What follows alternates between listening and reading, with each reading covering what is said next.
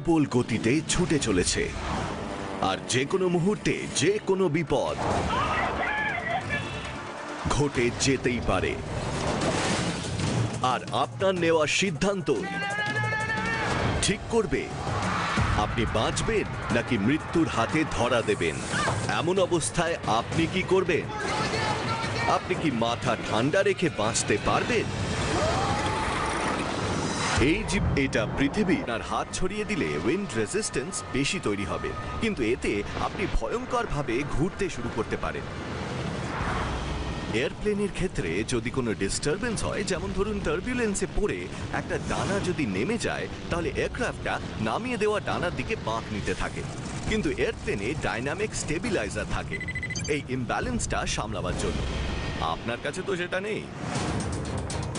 আপনি যদি হাত ছড়িয়ে দেন আর হাওয়ার চাপে আপনার একটা হাত অন্যটার থেকে নেমে যায়, তাহলে আপনি ঘুরতে শুরু করবেন। আর আপনি তো সুপারম্যান নন যে ছোটবেলা থেকে উড়ে বেড়াচ্ছেন, তাই যে কোনো সময় আপনি হার্নেস থেকে ছিটকে যেতে পারেন। আপনি ভেসে থাকার চেষ্টা করুন আর ক্র্যাশ ল্যান্ডিংয়ের জন্য তৈরি থাকুন।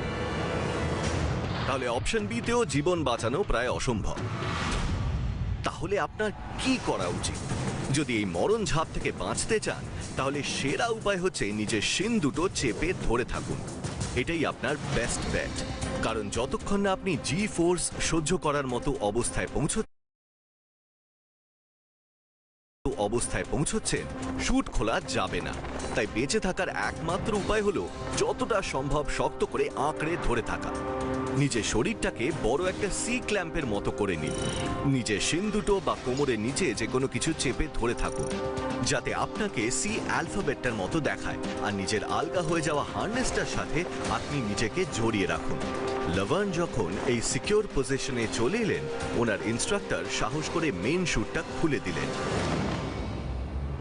আর আগের জন্মের কোনো পুণ্যের ফলেই হয়তো উনি ইনিশিয়াল ঝটকাটা সামলে নিলেন।